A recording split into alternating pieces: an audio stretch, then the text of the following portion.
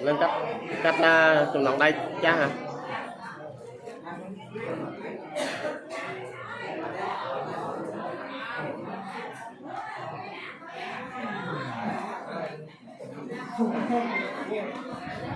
Lắc nàng nói thôi mày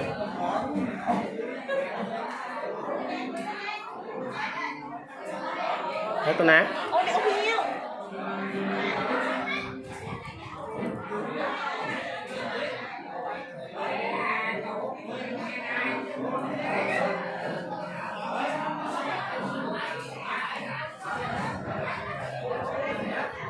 chân là đôi bên ọt với nha, đôi bên ọt với nha làm em.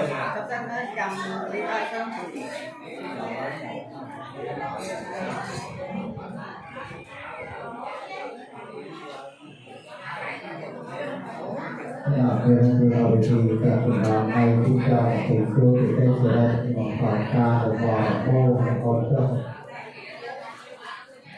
ก็การเรียนเพื่อเป็นทางการเดินมาเป็นสัญญาวิเองการตลาดมาการตีการแปลผลลัพธ์ต่างๆเอาตีสอบไปการตีวิชาการที่เป็นการเป็นโดยการเปิดการลงการติดตามเรื่องการในการไปเป็นสอบต่อเรื่องการตัวอย่างผู้การการหาเรื่องการ